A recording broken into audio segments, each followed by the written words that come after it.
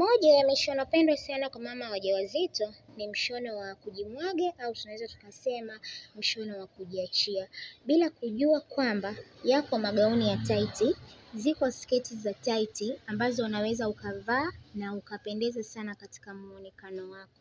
Lakini pia vile vile zipo suruali ambazo zinakuwa hazibani tumbo. Suruali hizi mara nyingi zinakuwa ni za elastic na suruali hizi zimetengenezwa special na maalum kwa ajili ya mama wajawazito. Sio kila mtu anapenda kuvaa gauni. Wako kuna wengine ambao wanapenda kuvaa sketi, kuna wengine ambao wanapenda kuvaa suruali, na ndio maana wabunifu wakaamua kuwathamini, kuwajua hawa mama wajawazito, wakaamua kuleta suruali hizi ambazo zinakuwa zina elastic. Na unapokuwa unavaa aina hii ya suruali, kwanza unakuwa comfortable, unakuwa ni mtu ambaye unajiamini. Pale unapokuwa unavaa, unaweza kwenda kukutana na mtu yoyote na ukaonekana una muonekano mzuri wa kupendeza. Sio basi kisha wewe ni mama mjamzito basi kila siku wewe una magauni ya mwamvuli, una magauni ya taiti, una vijora. Hapana jamani, mama mjamzito anatakiwa kubadilika kila siku. Anayezungumza hapa sio mwingine, ni yule madam wako kipenzi Tifa, au unaweza kaniita Madam T. Mimi jamani natoa elimu kuhusiana na swala zima la mitindo.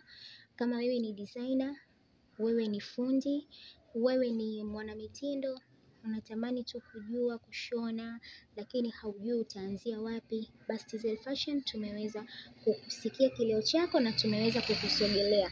Unachotakiwa kukifanya ni kuweza kubonyeza neno subscribe ili usipitwe na video zetu kila tunapokuwa tuna-upload video, lakini pia usisahau kulike pamoja na kucomment video zetu kila tunapokuwa tunaziweka hapa. Tunachokifanya tunaweka mishono ya mitindo mizuri kila siku.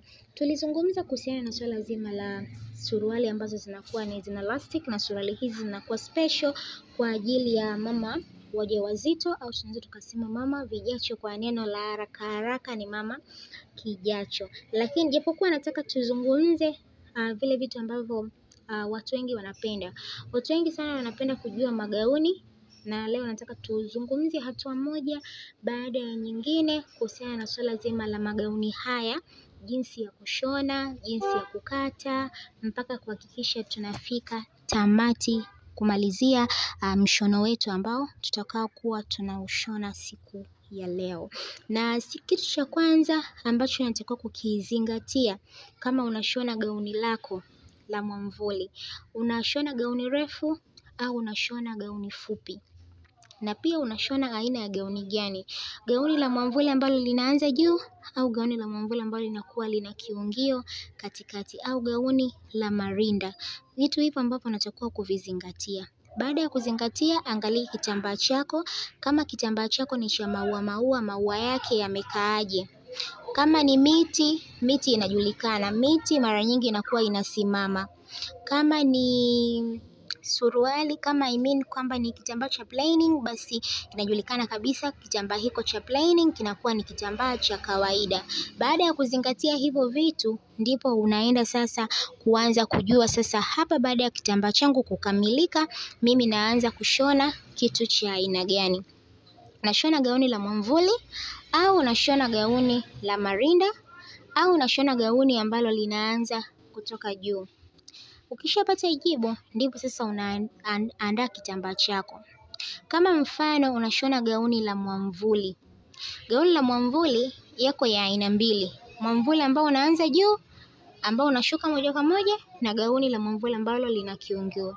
Let's say unataka kushona gauni ambalo linakuwa linashuka moja kwa moja. Hatua ya kwanza unachotakiwa kukifanya ni kuweza kukunja kile kitambaa chako, mfano kama wakoni zile za Baresa ambazo zinakuwa zina kiungio kwa juu, zinauzwa 2500.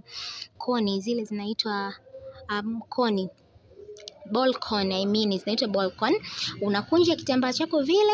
Baada ya hapo unaanza kupima zako shingo yako vizuri, unapima kifua chako. Ukishamaliza kupima kifua chako unashuka nayo. Hiyo haihitaji mambo mengi. Ukishashuka nayo kule chini sasa unakata ile koni yako vizuri ili kupata mzunguko wako wa koni mzuri kabisa. Ukimaliza hapo inakuwa tayari nguo yako umeshaikata. Unaunga kushoto, unaunga kulia, unapinda zako shingo yako, unapinda zako chini.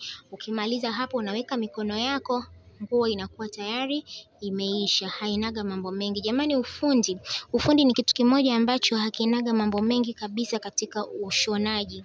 Inakuwa ni rahisi sana. Lakini kama mfano unashona gauni la mwamvuli sasa ambalo linakuwa na kiungio, unachotakiwa kukifanya ni wewe sasa hapo unakata kipande cha juu, unakata na kipande cha chini, ambacho kipande cha chini unakunja vile vile kama mfano wa koni vile vile. Baada ya hapo unatafuta sehemu kama ya kifua, unajua kifua kipo ngapi, unaunganisha. Baada ya hapo unakata koni yako vizuri, inakuwa nguo yako tayari imeshakamilika. Kipande cha juu tunajua jinsi ya kukata, unapima kifua, unapima na kifua peke yake kwa sababu tumbo huwezi kupima, unapima kifua tu. Baada ya hapo nguo yako inakuwa tayari imeshaweza kumalizika. Lakini hii sasa mpendo wangu ni very simple. Ukishakata kipande cha juu, ukishakata kipande cha chini, unachotakiwa kukifanya ni just simple.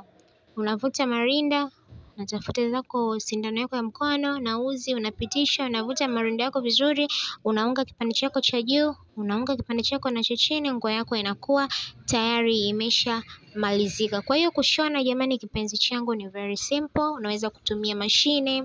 Kama hauna mashine, unaweza ukatumia sindano ya mkono kwa ajili ya kushona, kwa sababu unapokuwa unaanza kushona mpendwa wangu, unaambua mbuyu ulianza kama mchicha. Kwa hiyo unashona taratibu taratibu.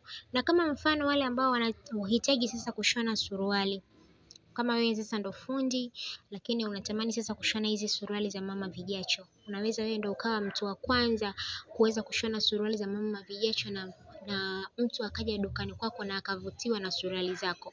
Kwanza kabisa unatakiwa kutafuta elastic ile ambayo inakuwa kuanzia inchi 4 na kuendelea mpaka inchi 5, kwa sababu tumbo lenyewe linahitaji nafasi. Na unapokuwa unaweka inchi nyingi ndipo ile nguo inavutika kwa urahisi. Kwa hiyo unaunga kipande kushoto na kulia, yanamaanisha hapa mbele ndipo sehemu ile tumbo linapoenda kukutana, unaunga kushoto, unaunga na kulia ile elastiki yako. Lakini hakikisha kwamba elastiki yako unapoiunga usile inchi nyingi, unakula inchi kidogo sana. Unaunga then ile inamaanisha ile belt ya juu ndio ambayo unaunga pamoja na elastic. Nyuma inakuwa kama kawaida.